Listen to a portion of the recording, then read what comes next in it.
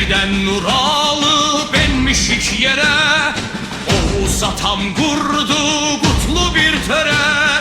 Mətədən gelmişi onluq sistemle, Nizamı vermişi kutlu bu ele. Şeyh Heydər başında 12 dilim, Hakkın kılıncıdır güdretli elim.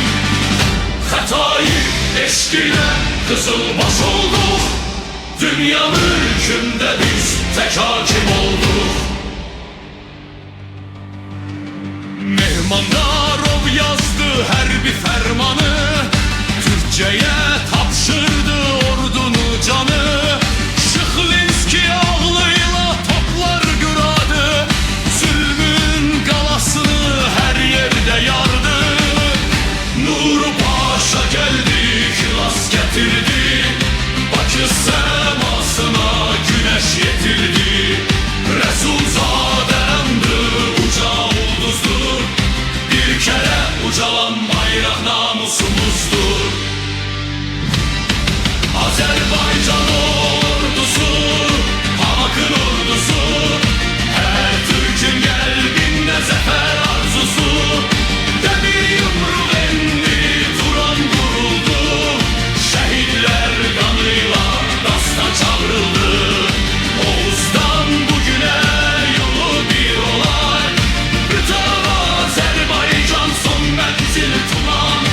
İzas vakti geldi, koptu kıyamet, Tanrı eskerine verdi o cüret.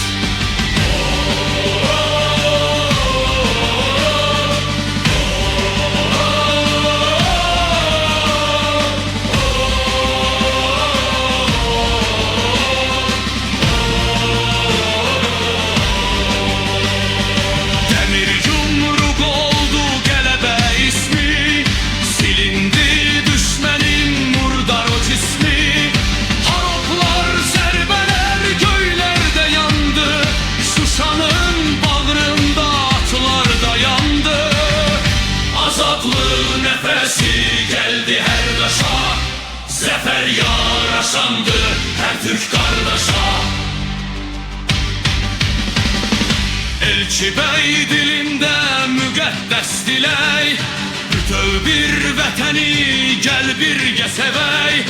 Təbrizdən Bakıya uzanır bu yol, Sındı her qandallar, açıldı her qol.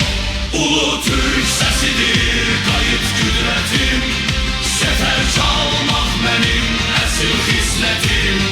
Setiz dövlət tek mollətik biz artık, Kainat mülkünün sultanlarıyıq.